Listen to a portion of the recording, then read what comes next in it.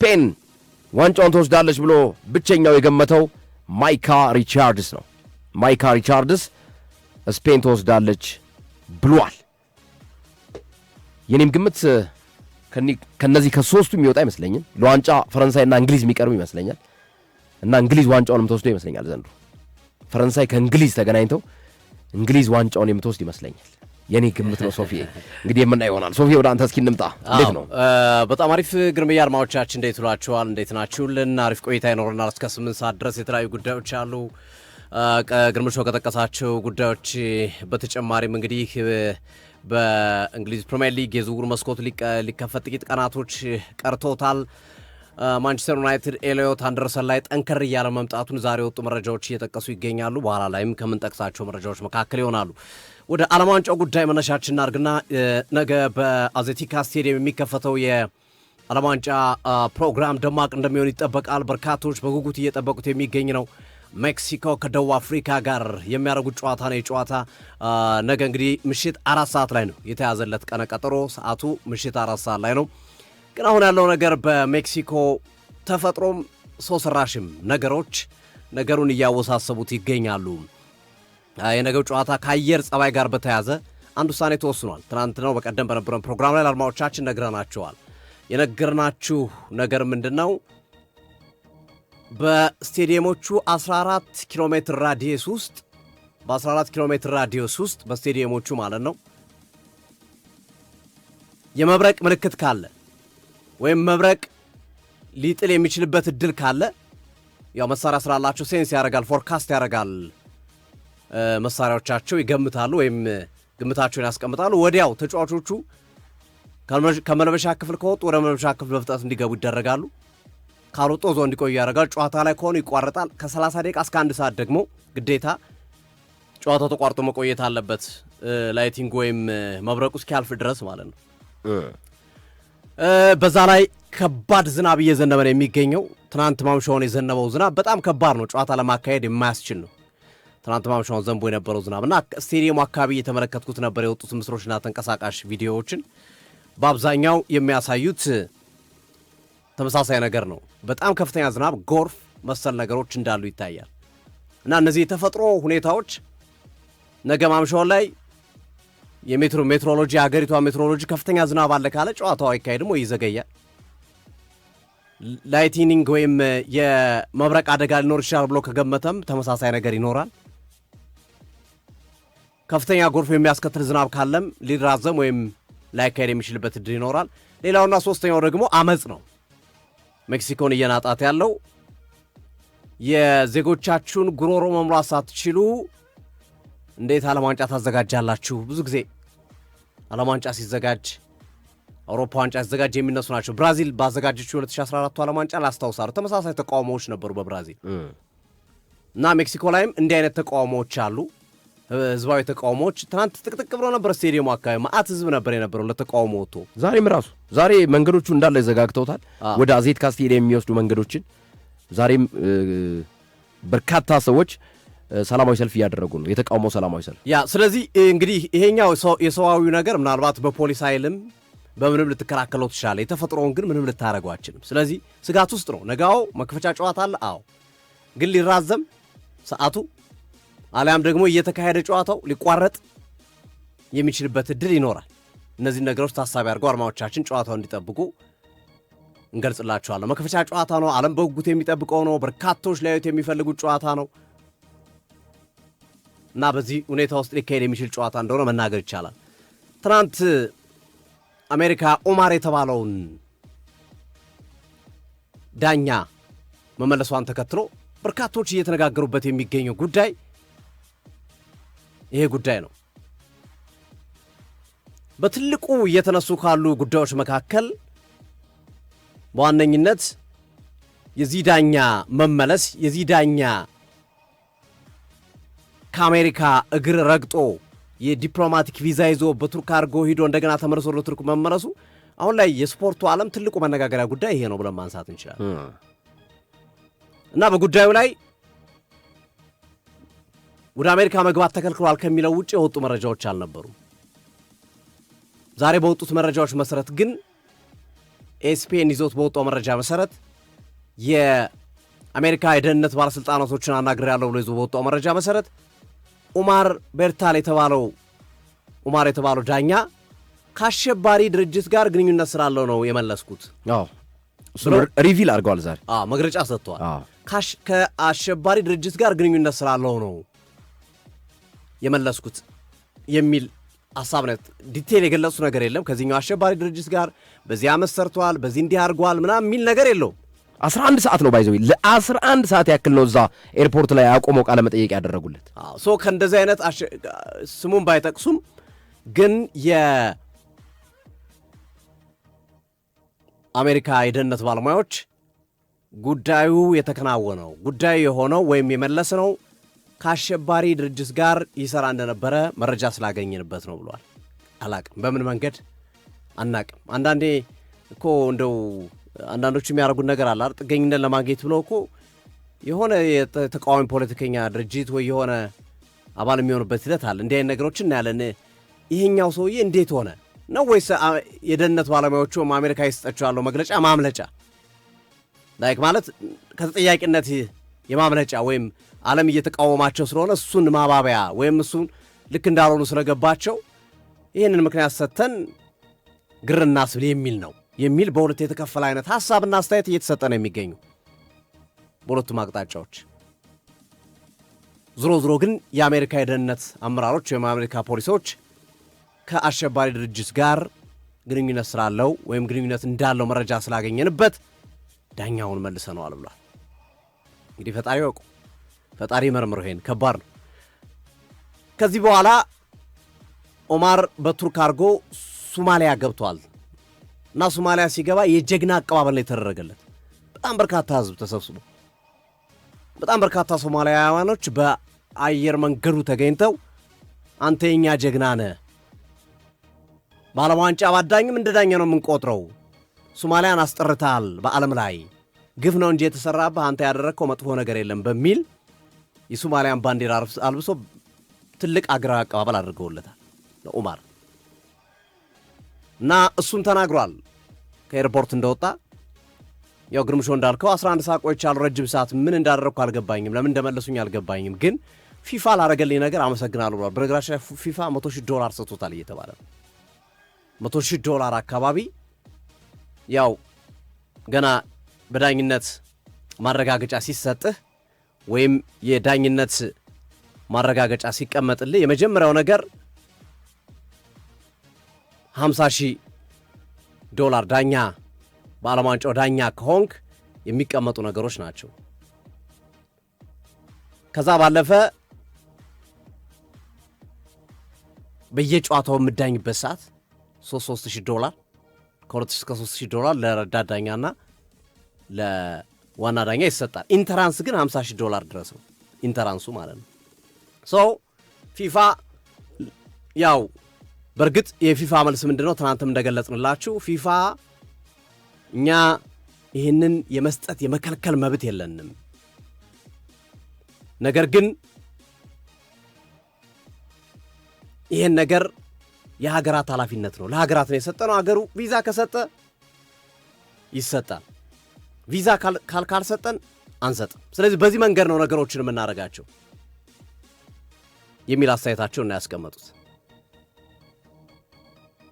በዚህ መሰረት ነገሮችን እናከናውናለን የሚል ነው የሰጡት። ግን ያው ስለተከፋ በሚል ለዳኛው በስፔሻል እስከ $100,000 እንድትሰጠው አንዳንድ መረጃዎች እንደ ታብሎይድ ይዘት ያላቸው ናቸው። እውነተኛ ተሰጥቶታል ነው ይሰጠዋል ነው እኔ ያየሁት መረጃ እስከ እንደ ካሳ ማለት ነው ሄዶ የተመለሰበት እና አጠቃላይ የዳኛውን ስነ ልቦና ለመጠበቅ ከሚል ጋር ተያይዞ $100,000 ብቻ እንደውም ሳይሆን £100,000 በላይ እንደሚሰጠው ነው እና እንደውም አንዳንዶች ሲዘግቡ ህይወቱን የሚቀይር ገንዘብ ሊበረከትለት ነው ለዳኛው ለዚህ ዳኛ ማለት ነው የሚሉና እንደ ኮምፐንሴሽን እንደ ካሳ ስነ ልቦናውን ለመጠበቅና ደርሶ ስለተመለሰ አትገባም ስለተባለ 34 ዓመቱ ነው በነገራችን ላይ ኦማር አርታን ማለት ነው። ገና ወጣት ነው።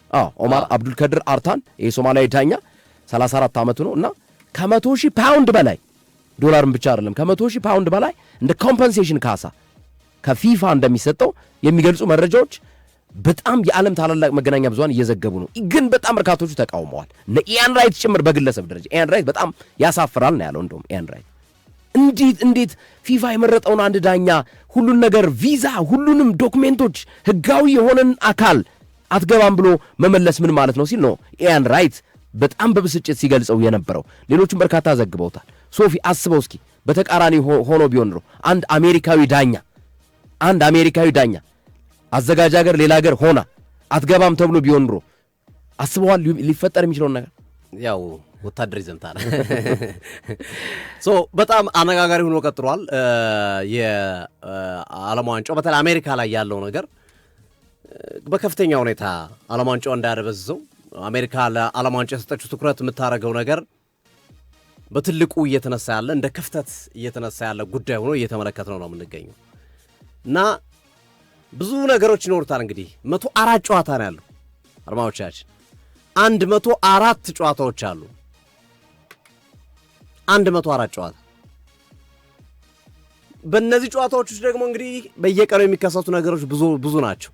በአየር ጸባይ የሚቋረጥ ይኖራል ጨዋታ፣ በአመፅ የሚቋረጥ ጨዋታ ይኖራል፣ ሜዳ ላይ የሚከሰት ክስተት ይኖራል። እጅግ በርካታ ነገሮች ይጠበቃሉ እንዳጠቃላይ እና ዓለም ዋንጫው እንዲህና እንዲያ እያለ እንግዲህ ከ4 ሰዓታት የማይበልጥ ዕድሜ የቀሩ ሆኗል በሜክሲኮና ደቡብ አፍሪካ መካከል። እኔ ግን ያልገባኝ ሶፊ የሽብሩ ኬዝ ምንድን ነው? አሁን ላይ ተቃውሞ ቴሮሪዝም ኖ የሶማሊያዊ ዳኛ አሁን እየተናገሩ ያሉት አሜሪካኖች ቴሮሪዝም የሽብር ስጋት አለብን፣ ያላስገባ ነው ዳኛውን የከለከል ነው የሽብርተኝነት ስጋት አለብን ነው የአሜሪካውያኖች መልስ ማለት ነው። ተቃውሞ በመላው ዓለም እግር ኳስ ከፖለቲካ ከማንኛውም አመለካከት የጸዳ ነው፣ ግን እንዴት ከለከላችሁት ተብሎ አሜሪካ ላይ በጣም ጣት እየተቀሰረ ነው እና እነሱ የሰጡት መልስ የአሸባሪነት ስጋት አለብን፣ ከአሸባሪ ተቋም ጋር ግንኙነት እንዳለው ደርሰንበታል ነው። ያስኬዳል ግን ይሄ አባባል? ምናልባት ሶፊ ያልከው እኔ ጋራለሁ፣ ነገሩን ለማቀዝቀዝ ለማሰብ ይመስለኛል። አሁን እየዘገቡት ነው እነ ዘሰን፣ እነ ዘሚረር፣ እነ ዴይሊ ሜል፣ እነ ቴሌግራፍ፣ ዘአትሌቲክ በሙሉ እየዘገቡት ነው። የቴሮሪዝም የአሸባሪነት ስጋት ስላለብኝ ነው ይሄ አፍሪካዊ ዳኛ ያልገባው የሚል ነው። በምክንያት እንዴት ቦምብ ታጥቆ መቼም አይሄድም። እኔ እንግዲህ ሳስበው ከአሸባሪ ተቋም ጋር ግንኙነት አለው። እኮ የሽብር ስጋት አለብኝ አባል ነው እንደም አባል ነው። ከአሸባሪ ቡድን ጋር ግንኙነት አለው የሚል ነው። በአሸባሪነት ከተፈረጀ ተቋም ጋር ግንኙነት አለው ነው የሰጡት አስተያየት ማለት ነው። የደህንነት ባለሙያውና ግን በጣም ነው የተቀበሉት። አየው አቀባበሉን ሶፊ እንዴት እንደተቀበሉት። ሶማሊያ ሞቃዲሾ ሲገባ ልክ ነው ግርሜ። ምክንያቱም አውር ሂሮ እያሉ ነው የእኛ ጀግና። ሳይኮሎጂካሊ በደንብ እንትን ማድረግ ይኖርባቸዋል። ገና 34 ዓመቱ ነው ግርሜ።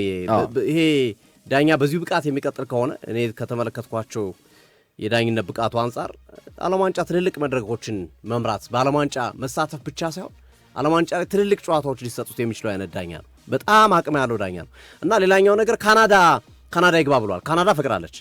በእኔ በኩል ይግባ ካናዳና ካናዳ ያሉ ጨዋታዎች ላይ ያጫውት፣ ካናዳ ላይ የሚደረጉ ጨዋታዎች ላይ እንዲያጫውት ፈቅድለታለሁ ብላለች። እንግዲህ ፊፋ እንዴት አድርጎ ያጣጥመዋል እኔ እንጃ። ወይ የካናዳ የመደቡትን ዳኛ ወደ አሜሪካ ወስደው ይሄኛውን ደግሞ ወደ ካናዳ መጥተው የሚያደርጉን ነገር ካለ እንመለከታለን። ካናዳ ግን ይምጣ ብሏል። ካናዳ ይምጣ እያሉ ነው። ፊፋ እኔ ምን አይነት ኬርለስ የሆነ ተቋም እንደሆነ በዚህ ዓለም ዋንጫ ነው በደንብ የተረዳሁት። ሶፊ አሁን እንዲህ አይነት ነገሮችን ሶልቭ ማድረግ ትችላለህ። ከ52 ዳኞች መካከል አንዱ ነው አይደል? በቃ ይሄ ዳኛ አሜሪካ ካልገባ ካናዳ ከተፈቀደ ሜክሲኮ መግባት የሚችል ከሆነ እነዚህን ጨዋታዎች የሚዳኝበትን እድል መስጠት አንድ። ሁለተኛ የኢራን ብሔራዊ ቡድን በሰሞኑ ያነሳነው ጉዳይ ነው። ከቪዛ አሰጣጥ ጋር በተገናኘ አነጋጋሪ የሆነው የኢራን ብሔራዊ ቡድን 3 ጨዋታ ካሊፎርኒያና ዋሽንግተን ስቴቶች ላይ ጨዋታ ያደርጋል። በካሊፎርኒያ ኤልኤ ላይ፣ ሎስ አንጀለስ ላይ፣ በዋሽንግተን ሲያትል ላይ ጨዋታ ያደርጋል። ከኒውዚላንድ ከቤልጅየምና ከግብፅ ብሔራዊ ቡድን ጋር ጨዋታ ያከናውናል። እያንዳንዱ ጨዋታ ለማድረግ ጨዋታ በሚደረግበት ቀን ከሜክሲኮ ይነሳና ይገባል። ጨዋታ አድርጎ ሲጨርስ ሻወር ወስደው ተመልሰው አገሪቷን ለቀው ይወጣሉ። ከዛ ባለፈ የኢራን ደጋፊ ነን በማለት ባንዲራ መያዝ እንደሌለባቸው ተከልክሏል። ደጋፊዎች ባንዲራ እንዳይዙ ማለት።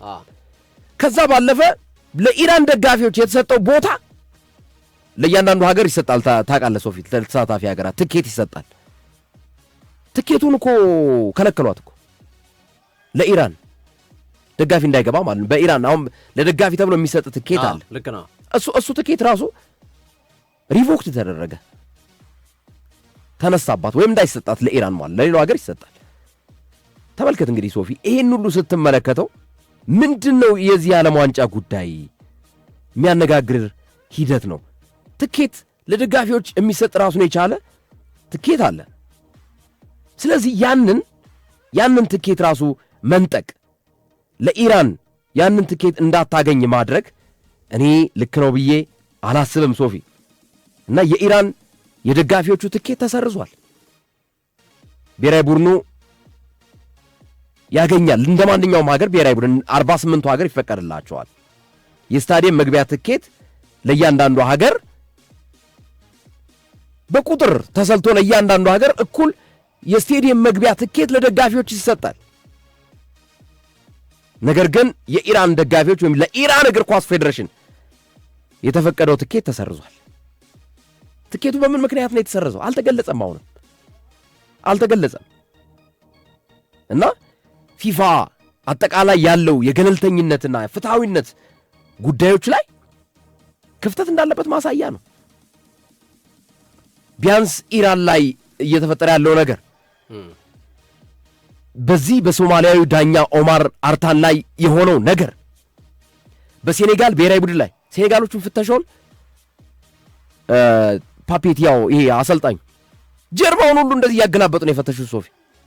ፍተሻው በቃ የተለየ ማለት ነው። እንዲህ አይነት ነገሮችን ትናንት ነው የኢራን የደጋፊዎች መግቢያ ትኬት የተሰረዘው ትናንት ነው የተሰረዘው። እና እንዲህ አይነት አነጋጋሪ የሆኑ ጉዳዮች ባሉበት ደግሞ ሜክሲኮ ላይ ደግሞ ነገ መክፈቻው ከመደረጉ በፊት ከትናንት ጀምሮ ዛሬም የቀጠለ የተቃውሞ ሰላማዊ ሰልፍ ወደ ስቴዲየም የሚወስዱ መንገዶች እንዲዘጉ የተደረገበት ሂደት እንደገና ደግሞ